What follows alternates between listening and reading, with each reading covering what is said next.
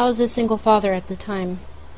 My wife had been a narcissistic madwoman who wasn't capable of taking care of herself, so our divorce was more or less a blessing to me.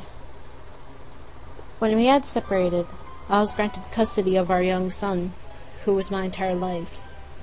During our marriage, my wife had complained that I spent too much time doting on him rather than her, who apparently thought she deserved acknowledgement. Having that witch out of the house and away from my boy had many advantages about it, but it also had some drawbacks. I was working all the time, so often I would hire a babysitter or call my parents to see if they could watch my son. I usually tried to get my parents to do it, but every now and again I had to settle with Marcy, the only babysitter who was ever available on short notice.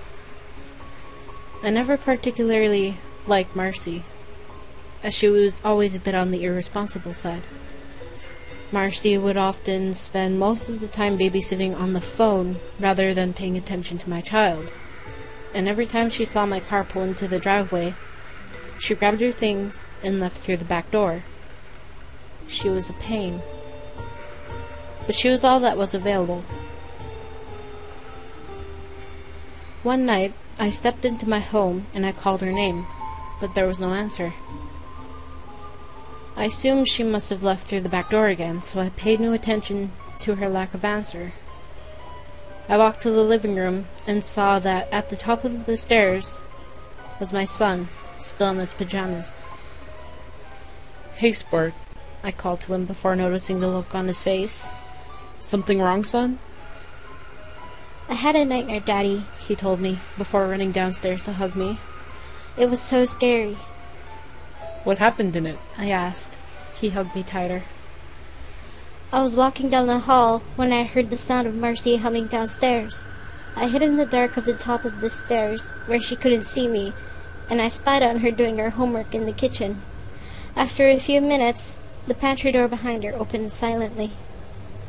She was listening to her little music thingies, so she didn't hear it. Out of the pantry door there was this naked monster man with tiny little black eyes." He shivered.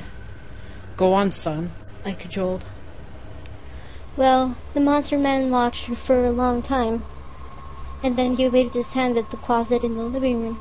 It opened, and another monster man came out of that door. She was focused on her homework and her music, and it was dark, so she couldn't see him either. The two monster men watched her for a while before the second monster man waved at the window. The curtain was pushed away, and there was another monster man behind it. Marcy didn't see him either.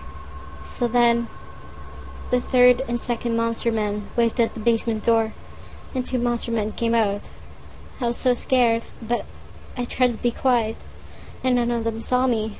They all watched Marcy for a few minutes, before the one right beside her started growling. She didn't hear it, and growled louder. She made a face and blinked. I was praying that she wouldn't turn around, Daddy, but she did. She screamed and cried and screamed, and all the naked monster men ran up and started attacking her. They ripped her into pieces and ate them all. And when they were done, they licked up all the blood on the floor. Then they all nodded at each other, and they all went back to where they were before, in the pantry, in the closet, behind the curtain, in the basement. And I just sat at the top of the stairs. I was so scared, Daddy." I pulled the boy closer as he softly began to cry.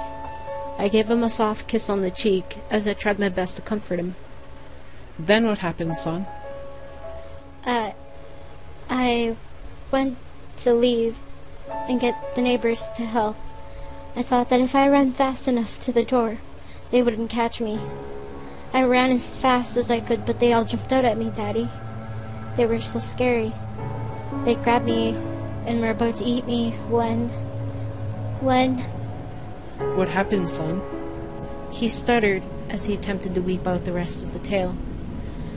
"You can tell me anything, son. What happened?" I stroked his hair as he began to compose himself. I told them that if they let me go, I would tell you when you came home, so they could get you too, Daddy. and spare me. All was silent for a moment, and in that moment, I could hear a series of doors opening all around the house. My son buried its face in my chest.